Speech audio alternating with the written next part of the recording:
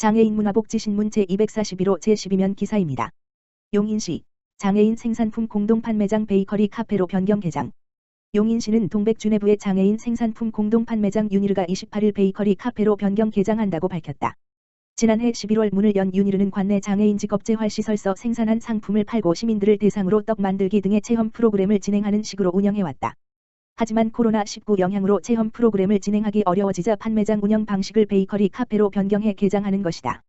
이곳에선 관내 장애인 직업재활시설 5곳서 만든 쿠키와 케이크를 비롯한 커피, 빵, 레드 등을 판매한다. 이와 관련 이날 백군기 용인시장은 장애인 생산품 공동판매장을 찾아 근무 중인 장애인들을 격려하고 시민들에게 자주 애용해줄 것을 당부했다. 이 자리에서 백 시장은 장애인이 만든 상품의 판로를 확대하는 것은 물론 꿈을 이루는 기회의 공간이 되도록 많은 시민들이 열린 마음으로 이용해주기 바란다라고 말했다.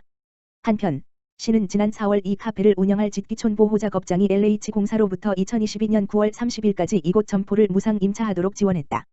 용인시 수지장애인 복지관, 장애인이 살기 좋은 지역사회 만들기, 사회복지법인 짓기촌 사회복지재단 용인시 수지장애인 복지관, 관장 한근식, 은 지난 21일 우리은행 상현지점, 지점장 권동순, 과 장애인이 살기 좋은 수지구라는 목표로 후원금 전달식을 가졌다고 밝혔다. 이날 후원금 전달식에서 우리은행 상현지점에서는 용인시 수지장애인 복지관에게 후원금 100만 원을 전달했다. 후원금은 코로나19로 지역사회로 외출이 어려운 중증장애인의 긴급지원비로 활용할 계획이다.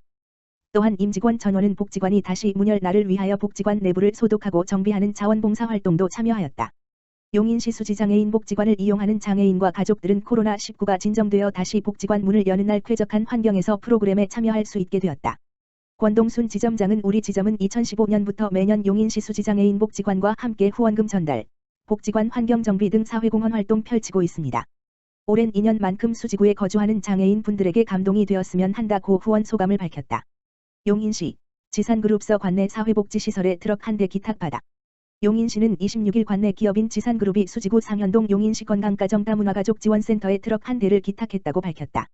이 트럭은 경기사회복지공동모금회를 통해 관내 다문화가족을 비롯한 한부모가족, 조손가족 등 취약계층을 위한 후원물품과 긴급구호물품 등을 전달하는 데 쓰이게 된다. 한주식 지산그룹 회장은 취약계층 가정의 이웃을 위해 노력하는 시설에 조금이나마 보탬이 되고 싶어 차량을 기탁했다며 앞으로도 이웃을 돕는 데 앞장서 지역사회의 꾸준한 나눔을 실천할 것이라고 말했다. 시 관계자는 지산그룹이 이웃을 위해 큰 기부를 해줘 감사하며 나눔 문화를 확산해 더불어 사는 배려의 복지도시를 만들어갈 것이라고 말했다. 한편 지산그룹은 지난 2010년부터 관내 어려운 이웃을 위해 성금과 물품을 후원하고 지난해엔 관내 미혼모자가족 복지시설인 생명의 집에 차량 한 대를 기탁한 바 있다. 용인시 건강가정 다문화가족 지원센터는 상담과 교육을 통해 다양한 가족 문제를 예방하도록 지원하고 한국어 교육 등 다문화가족의 지역사회 정책을 돕는 프로그램을 운영하는 가족 서비스 기관이다. 의왕시 위기가구 발굴 위한 찾아가는 무한돌봄센터 체계. 의왕시 무한돌봄센터, 이하센터는 코로나19로 지난 1월 이후 중단되었던 찾아가는 무한돌봄센터 운영을 26일 재개했다. 의왕시 정신건강복지센터, 일자리센터와 함께 위기가구 발굴 및 상담을 위해 부곡 도깨비 시장에서 진행된 이번 찾아가는 무한돌봄센터에서는 시민들을 대상으로 홍보 리플릿과 홍보 물품을 전달하며 복지 서비스를 안내하고 복지 상담을 진행했다. 또한 이번에 제보 또는 발굴된 대상자에 대해서 초기 상담과 욕구조사를 통해 공적급여, 민간자원, 통합사례관리 등의 맞춤형 통합 서비스를 지원할 예정이다. 의왕시 무한돌봄센터에서는 찾아가는 보건복지 서비스를 활성화하고 현장 밀착형 서비스를 제공하기 위해 지난해 10월부터 매월 1회씩 취약지역이나 인구 밀집지역을 찾아가 홍보 및 상담 활동을 진행하고 소외되고 도움이 필요한 위기가구를 발굴해 맞춤형 복지 서비스를 지원하는 등 복지 사각지대를 최소화하기 위해 노력하고 있다.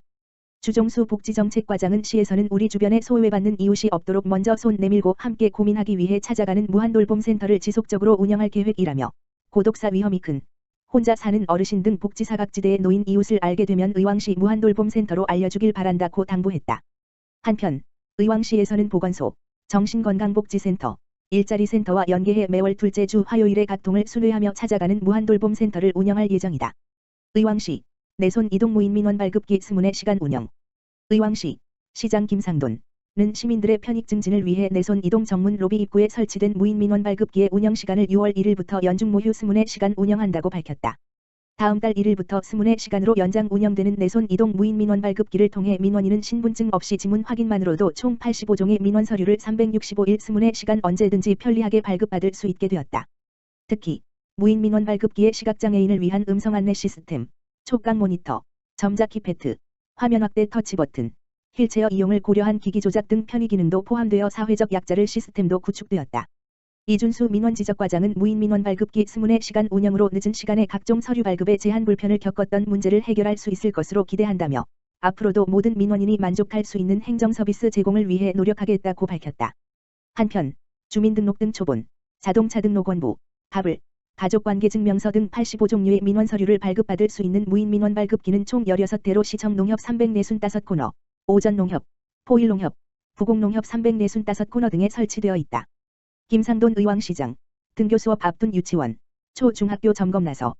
김상돈 의왕시장은 등교 수업을 하루 앞둔 26일 유치원과 초, 중학교 일선 현장과 오전 보식골로 어린이공원, 도로 민원 현장을 방문하는 제19차 현장 행정의 날을 진행했다.